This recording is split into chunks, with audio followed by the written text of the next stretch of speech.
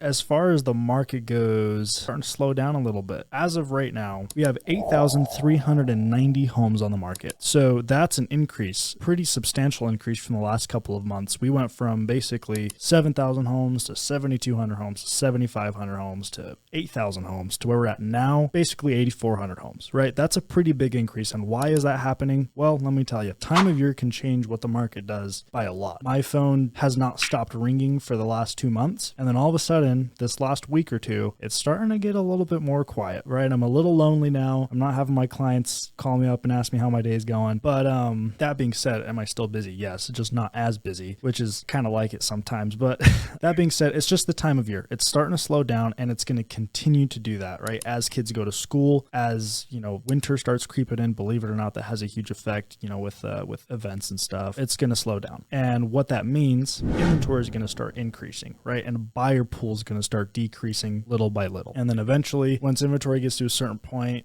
buyers start hitting the market again, inventory starts going down, and then June, July comes in, and it's just a crazy frenzy again, like how it was. So a couple weeks ago, I mentioned average sales price was, what was it, 614,000. We've actually come down. So average days on market has stayed pretty steady at about 40 days. Average list price has been coming down, and average sold price is down to all the way 604. Like I said, it's just because of the time of year, right? More inventory, less buyers, prices tend to just kind of come down a little bit. And it's not a crazy decrease. We're not going to see like a crash or anything, but that's just how the market is, right? So we're all the way down to 604 right now. And if you remember in the last video, the very peak of the market, like last April, was around 657,000.